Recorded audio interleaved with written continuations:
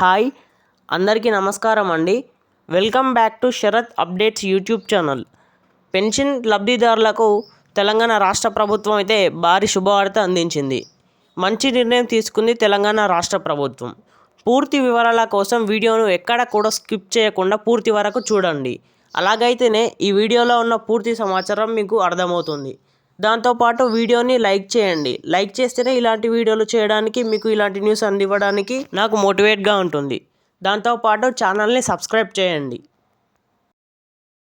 ఇక తెలంగాణ రాష్ట్ర పెన్షన్ లబ్ధిదారులకు ఒక భారీ శుభవార్త అందించింది తెలంగాణ ప్రభుత్వం.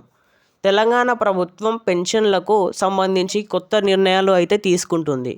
కాబట్టి పెన్షన్దారులకు మేలు చేసేలా ముందుకు అడుగులు వేస్తుంది ప్రభుత్వం. ఈ క్రమంలో తాజాగా తీసుకున్న నిర్ణయానికి మంచి రెస్పాన్స్ వస్తుంది. ఆ నిర్ణయం ఏంటో మనము ఈ వీడియోలో పూర్తిగా తెలుసుకుందాం.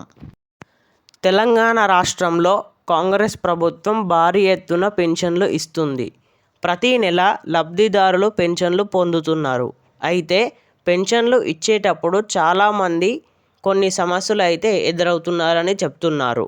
వాటిలో ఒక పెద్ద సమస్యకి ప్రభుత్వం పరిష్కారం దిశగా అడుగులు వేస్తున్నట్టు సమాచారం వస్తుంది. గ్రామ పేదరిక నిర్మూలన సంస్థ సెర్ఫ్ ఆధ్వర్యంలో ఫేస్ రికగ్నిషన్ ఆధారిత పెన్షన్ పంపిణీ కోసం ప్రత్యేక మొబైల్ యాప్ను తయారు చేసినట్టు ప్రభుత్వం అయితే తెలియజేసింది. దీని ద్వారా పెన్షన్ ఇచ్చేటప్పుడు వేలిముద్రతో పని లేకుండా ముఖాన్ని యాప్ అయితే గుర్తిస్తుంది. దాంతో పని తేలిగ్గా అయిపోతుంది అని ప్రభుత్వం ముందుకు వచ్చింది. తెలంగాణ రాష్ట్రంలో ప్రస్తుతం వివిధ కేటగిరీల కింద 42.96 లక్షల మంది పెన్షన్దారులు ఉన్నారు. అంటే దాదాపు 43 లక్షల మంది వరకు లబ్ధిదారులు ఉన్నట్టు ప్రభుత్వం గుర్తించినట్టు సమాచారం. వారందరికీ నెల పెన్షన్ వస్తుంది. వారిలో దివ్యాంగులకు నెలకు 4,016 రూపాయలు ఇస్తుండగా ఇతర పెన్షన్ లబ్ధిదారులకు 2,016 రూపాయలు చెల్లిస్తుంది. ఫేస్ రికగ్నిషన్ యాప్ ద్వారా పెన్షన్దారులకు ఇంటి నుంచే తమ గుర్తింపును నిర్ధారించుకోవచ్చు. దీంతో వారు బ్యాంకులకు లేదా కార్యాలయాలకు వెళ్ళే అవసరం చాలా వరకు తగ్గుతూ వస్తుంది. సెర్ఫ్ టీమ్ తయారు చేసిన యాప్లో సెల్ఫీ వీడియో తీసి అప్లోడ్ చేస్తారు. దాంతో ఆ సెల్ఫీని యాప్లో గుర్తిస్తుంది, లబ్ధిదారులకు చెబుతుంది. దాంతో గుర్తింపు ప్రక్రియ పూర్తవుతుంది. ఇది వృద్ధులకు మరింత సౌలభ్యాన్ని కల్పిస్తుంది. వెంటనే పెన్షన్ పొందగలరు. తద్వారా పెన్షన్ కోసం టెన్షన్ పడే అవసరం అయితే ఉండదు. ఈ టెక్నాలజీ కొత్తదేమీ కాదు. ఇప్పటికే రాష్ట్రంలో కొన్ని రంగాల్లో విజయవంతంగా పరీక్షించారు. ఉదాహరణకు గతంలో ఎన్నికల సందర్భంగా ఓటరు గుర్తింపు కోసం ఫేస్ రికగ్నిషన్ పైలట్ ప్రాజెక్టుగా ఉపయోగించారు. ఇప్పుడు ఈ టెక్నాలజీని పెన్షన్ పంపిణీ కోసం విస్తరించడం ద్వారా ప్రభుత్వం డిజిటల్ టెక్నాలజీని మరింత వినియోగిస్తుంది.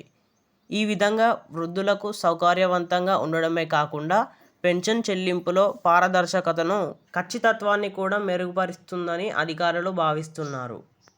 ఈ యాప్ అమలులోకి రాకముందే కొన్ని సవాళ్లు ఎదుర్కొనే అవకాశాలు ఎక్కువగా ఉన్నాయి. గ్రామాల్లో స్మార్ట్ఫోన్ వినియోగం, ఇంటర్నెట్ కనెక్టివిటీ తక్కువగా ఉంది.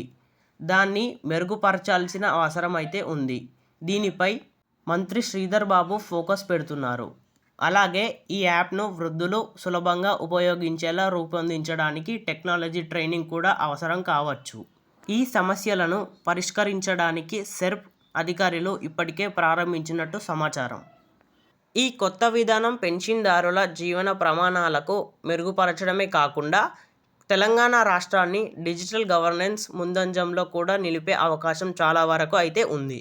ఈ ప్రాజెక్టు విజయవంతం అయితే ఇతర రాష్ట్రాలకు కూడా మన తెలంగాణ రాష్ట్రం డిజిటల్ గవర్నెన్స్లో ఒక ఆదర్శంగా నిలుస్తుందని నిపుణులు అభిప్రాయపడుతున్నారు. ఇలాంటి మరెన్నో వివరాల కోసం మన ఛానల్ని సబ్స్క్రైబ్ చేసుకొని ఉంటే పెన్షన్ గురించి ఎలాంటి అప్డేట్స్ కావాలన్నా మీకు ఈ వీడియో ద్వారా అందిస్తాను. కాబట్టి ఛానల్ని సబ్స్క్రైబ్ చేయండి. అలాగే వీడియోలో కొంచెమైనా సమాచారం తెలుసుకున్నట్టయితే వీడియోని ఖచ్చితంగా లైక్ చేయండి. అలాగే మీ తోటి మిత్రులకు ఈ వీడియోని షేర్ చేయండి.